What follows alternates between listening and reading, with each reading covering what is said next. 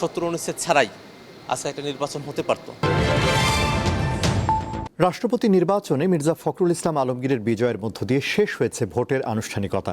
তবে নির্বাচন ঘিরে 70 অনুচ্ছেদ, এমপিদের স্বাধীন ভোটাধিকার এবং ভবিষ্যতে রাষ্ট্রপতি নির্বাচন নিয়ে যে বিতর্ক তৈরি হয়েছে তা রয়ে গেছে।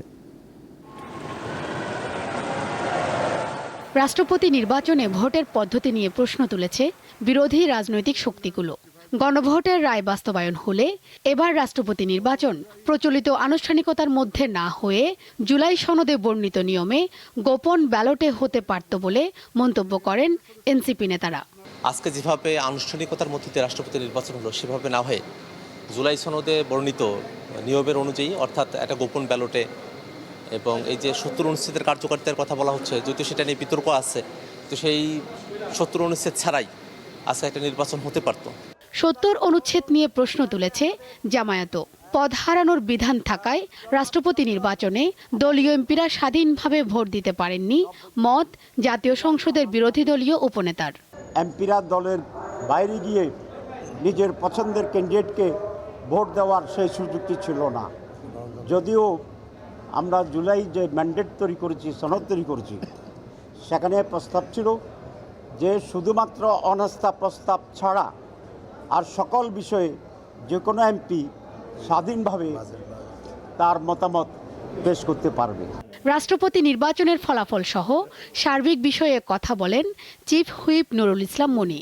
ভবিষ্যতে সংবিধানের 70 অনুচ্ছেদ না রাখার ইঙ্গিত দেন তিনি। এই নির্বাচনে 70 অনুচ্ছেদ কার্যকর হয়েছে, সেজন্য আমরা হয়তো অনেক কিছু করতে পারি না। 70 অনুচ্ছেদ না থাকে তার কার্যক্রম কিন্তু আমরা এই সরকার এবং বিরোধী সবাই মিলে ইনশাল্লাহ করবো। যদি 70 অনুচ্ছেদ না থাকে আগামী নির্বাচনে 70 অনুচ্ছেদ ছাড়াই ইনশাল্লাহ নির্বাচিত হবে। 70 অনুচ্ছেদ সংশোধন নিয়ে স্বরাষ্ট্রমন্ত্রীও কথা বলেন। ভবিষ্যতে যে সংবিধানের সংশোধনী আসবে, 70 ধারাতেও পরিবর্তন আসবে। জুলাই জাতীয় সনদে যেভাবে এগ্রিড হয়েছে ওইভাবে যদি 70 অনুচ্ছেদ সংশোধিত হয়ে যায় এবং তার পরবর্তীতে যখন রাষ্ট্রপতি নির্বাচন হবে তখন সেই 70 অনুচ্ছেদ অনুসারে হবে। পরাজয় নিশ্চিত জেনেও বিরোধী দলের প্রার্থী নির্বাচনে অংশ নেয় গণতান্ত্রিক সৌন্দর্য প্রতিষ্ঠিত হয়েছে বলছেন সংশ্লিষ্টরা। সংসদ সদস্যদের ভোটের মাধ্যমে একজন রাষ্ট্রপতি নির্বাচিত হয়েছেন, এটি আজকের ভোটের দৃশ্যমান ফলাফল।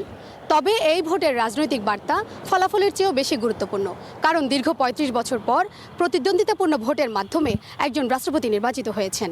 আর এই ভোট শুধুমাত্র একজন নতুন রাষ্ট্রপতি উপহার দিয়েছেন তা নয়, একই সাথে একটি সংসদীয় রাজনীতির পুরনো বিতর্ককেও সামনে নিয়ে এসেছে। সেটি হলো সংবিধানের 70 অনুচ্ছেদ। শিউলি শবনম, দীপ্ত সংবাদ, ঢাকা।